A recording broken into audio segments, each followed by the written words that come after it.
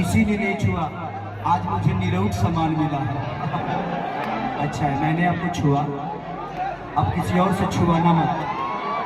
जब भी छुआने का मन करे मुझे कॉल कर लेना कि सर एक बार आके छू लीजिए ना।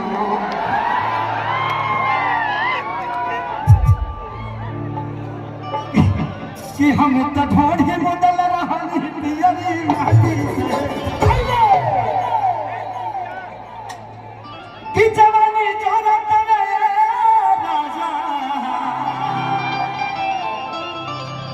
देवर मुआला बजावा ताते बाजा,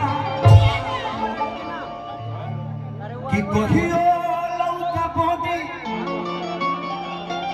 ए बलमुआ तहरा धरती में आहर लेके चढ़ गइल बावे तहरा परती में। आप इनकी ही जान नहीं, जिंदगी में हर आदमी। अरे जियो रे मेरी आई लव यू,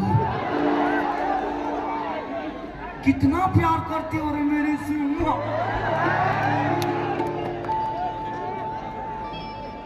ते हमर कुछ ले ले तरी से जवन कहत ले तने थले तरी आ तो तार धइल का हमरा ठीको लागत धरा धरा,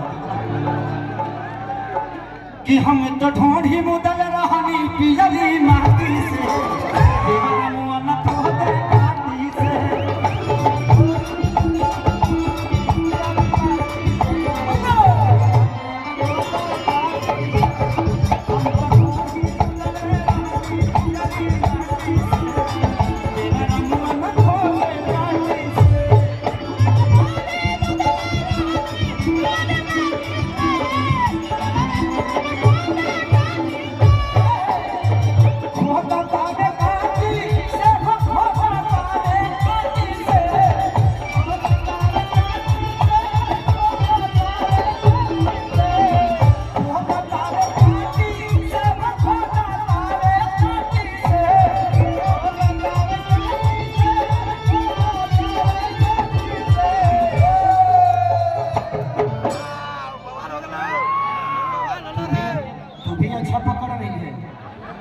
पैसा पैसा पैसा वही जी रहे धरे का मतलब उहे धर जाला, पकड़े का मतलब उहे को पकड़ जाला।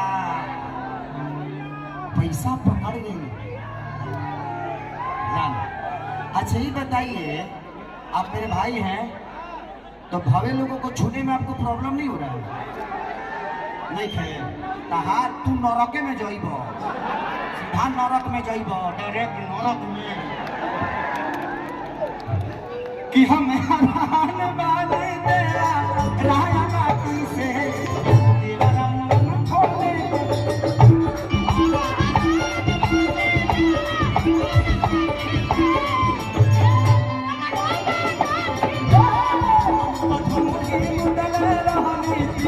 माटी से तेरा मन खोले काटी से।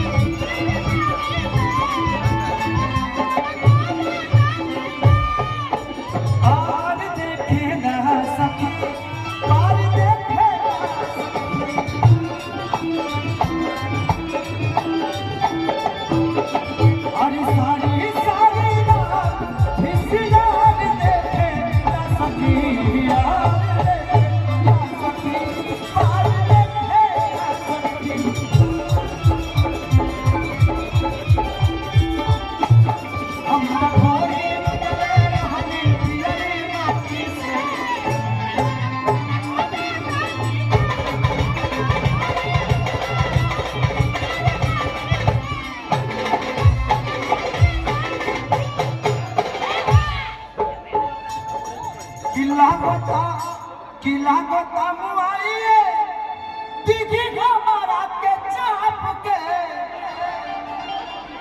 लेके आशीर्वाद आइल भानु पराताप के। किला गोता मुआइए दीदी हमारा के चाप के।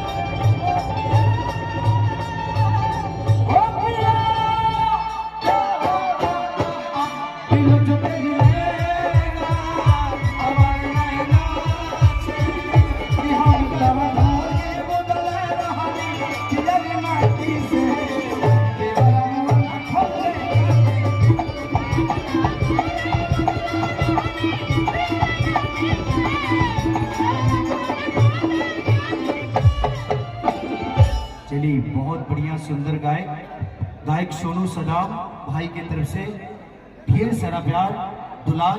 तो भाई के माई सरस्वती ऐसे ही बास